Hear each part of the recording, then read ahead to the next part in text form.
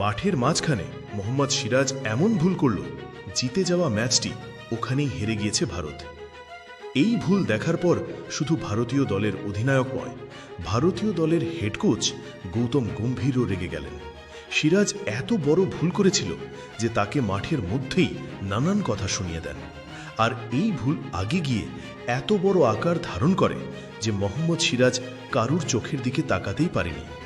মোহাম্মদ সিরাজ কি এমন ভুল করেছিল, এই সব কিছু দেখাবো আজকের ভিডিওতে। তবে তার আগে আপনারা যদি ভারতীয় দলের একজন ফ্যান হয়ে থাকেন তাহলে আজকের ভিডিওতে লাইক করতে ভুলবেন না। মোহাম্মদ সিরাজের আশ্চর্যজনক ভুল, তার ফলে ওভালের টেস্ট হাতছাড়া হবে না তো ভারতের। সহজ ক্যাচ মিস করে হ্যারি ব্রুককে নতুন জীবনদান করলেন সিরাজ। বল ধরে সোজা বাউন্ডারির বাইরে পা দিয়ে বসলেন ভারতীয় পেসার।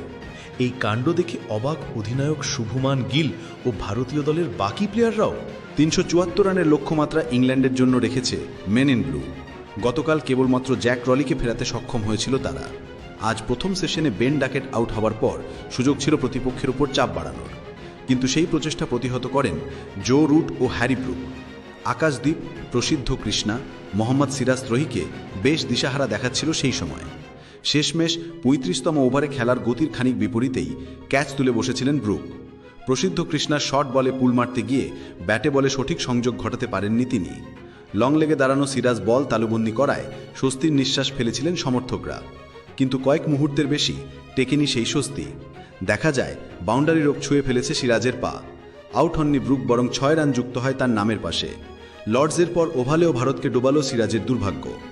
যখন ক্যাচ তুলেছিলেন ব্রুক তখন তিনি ব্যাটিং করছিলেন 19 রানে। দ্বিতীয় জীবন পাওয়ার পর যেন নতুন করে জ্বলে ওঠেন ইংল্যান্ডের সহ অধিনায়ক। ধুন্ধুমার ব্যাটিং করেন তিনি, মাত্র 89 বল খেলে সম্পূর্ণ করেন 100 রান। 30তম টেস্টে এই নিয়ে 10ম শতকের মালিক হলেন টেস্ট বিশ্ব র্যাঙ্কিংয়ের 2 নম্বর ব্যাটার। শেষমেশ 98 বলে 111 করে থামেন তিনি। আকাশদ্বীপের বলে তার ক্যাচ তালুবন্দি করেন মোহাম্মদ সিরাজি, কিন্তু ততক্ষণে অনেক দেরি হয়ে গিয়েছে। ব্রুক ফিরলেও রুটকে ফেরানোর মন্ত্র এখনও খুঁজে বের করতে উঠতে পারেনি ভারতীয় দল। ইতিমধ্যেই টেস্ট কেরিয়ারের 39তম শতরানটি করে ফেলেছেন তিনি।